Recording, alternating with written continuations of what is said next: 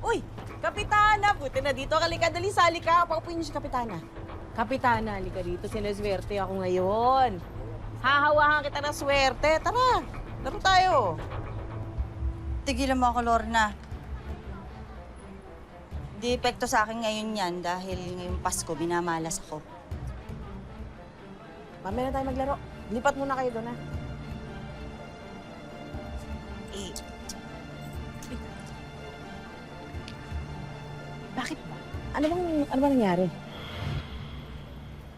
Wala pa rin yung pera ng barangay eh. Inuna yun sa City Hall.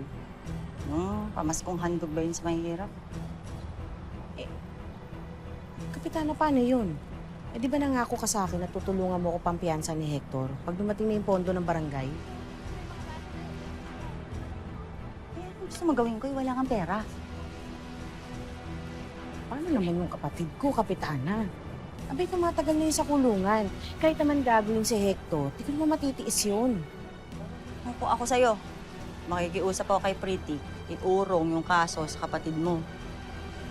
Ako? Kapitana, makikipag-usap kay Pretty?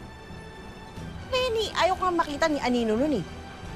Lorna, dami ko na iniisip. Dagdag pa kayong magkapatid. Lalaki nyo na. Baba mo yung pride mo. Makiusap ka kay Pretty. Kung ayaw mong mabulok sa bilangguan yung kapatid mo.